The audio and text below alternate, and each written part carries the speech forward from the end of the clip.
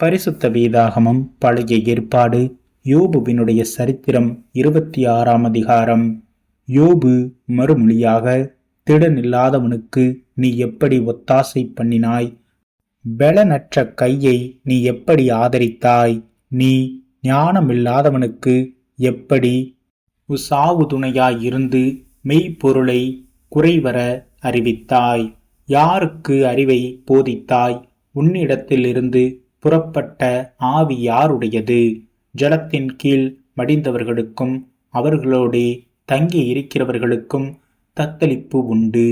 அவருக்கு முன்பாக பாதாளம் வெளியாய் திறந்திருக்கிறது, நரகம் மூடப்படாதிருக்கிறது. அவர் உத்திர மண்டலத்தை வெட்ட வெளியிலே விரித்து பூமியை அந்தரத்திலே தொங்க வைக்கிறார். அவர் தண்ணீர்களை தம்முடைய கார் மேகங்களில் கட்டி வைக்கிறார். அதன் பாரத்தினால் மேகம் கிழிக்கிறதில்லை.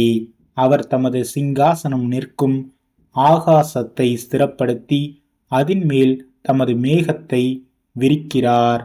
அவர் தண்ணீர்கள் மேல் சக்கரவட்டம் தீர்த்தார்.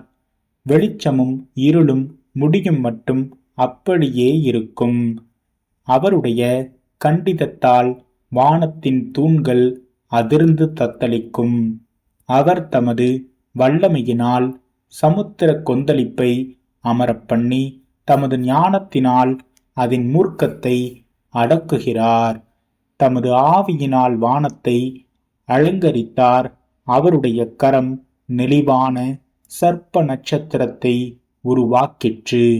இதோ இவைகள் அவருடைய கிரியையில் கடைக்கூடியானவைகள். அவரை குறித்து நாங்கள் கேட்டது எவ்வளவு கொஞ்சம்! அவருடைய வல்லமையின் இடி முழக்கத்தை அறிந்தவன் யார் என்றான்.